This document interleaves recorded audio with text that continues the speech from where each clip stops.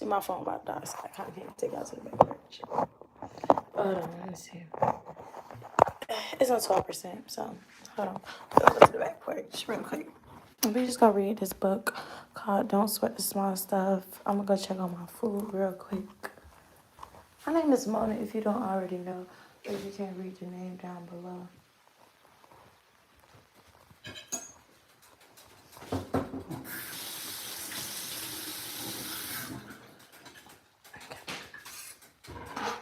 So yeah, I just got some noodles going on.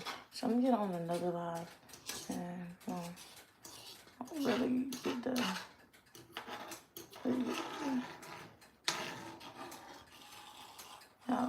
experience. And my bad, y'all. I put some seasons inside here. And y'all, my seasons been boiled over when they got inside there. Okay. So yeah, I'm just gonna let that do what it do. I'm gonna put this on like number 2. It should be finishing whatever time. Okay, but y'all, just is wet. It's just looking like right now. It's just some noodles boiling. And I put some garlic salt in there because I ain't got no regular salt. Some garlic pepper, some onion powder. Some garlic powder. I don't know what I said. And some just Italian seasoning. And I just been letting the noodles boil or whatever. Because I don't know about y'all, but personally, I like my noodles to have a little season to them.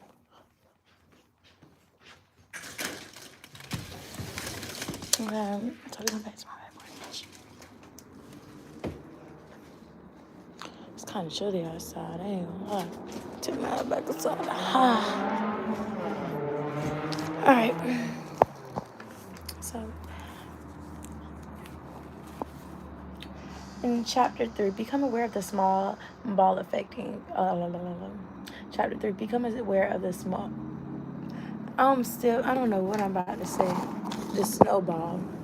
That's what it is. And I don't know what the fuck I was about to say. But okay, so chapter 3 of Don't Sweat the Small Stuff is become aware of the snowball effect of your thinking. A powerful technique for becoming more peaceful is to become aware of how quickly your negative thoughts and insecure thinkings can spiral out of control. Have you ever noticed how uptight you feel when you are caught up in your thinking? And to top it off, the more absorbed you get in the details of whatever is upsetting you, the worse you feel. One thought leads to another and yet another until some point you become incredibly irritated. Oh, it's agitated. I don't know why I say agitated. But one thought leads to another and another until some point you become incredibly agitated. For example, you might wake up in the middle of the night and remember a phone call that needs to be made the following day. Then, rather than feeling relieved that you remembered such an important call, you start thinking about everything else you have to do tomorrow. You start rehearsing every improbable conversation with your boss, getting yourself even more upset. Pretty soon, you think to yourself, I can't believe how busy I am. I must make 50 phone calls a day. Whose life is this anyways? And on it goes until you're feeling sorry for yourself. For many people, there's no limit to how long this type of thought attack can go on.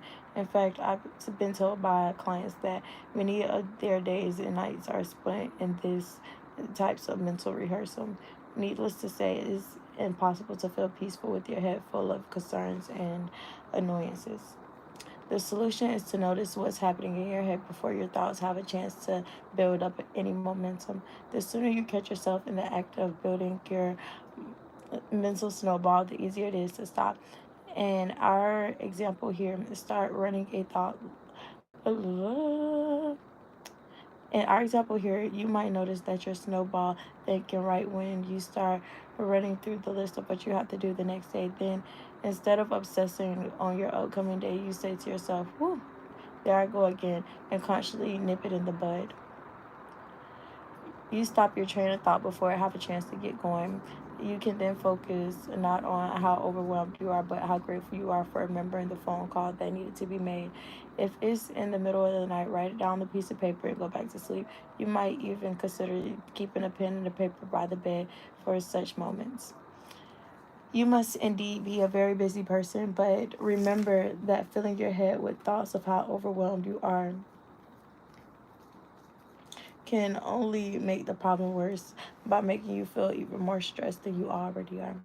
Try this simple little life exercise the next time you begin to obsess on your schedule. You will be amazed how effective it can be.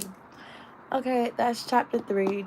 Be aware of the snowball effect of your thinking. And yes, it's by Charles Carlson. It's a really good book. I'm gonna come back with chapter 4 later. But y'all have a beautiful, blessed day. Y'all stay safe. May all y'all blessings and prosperity find you.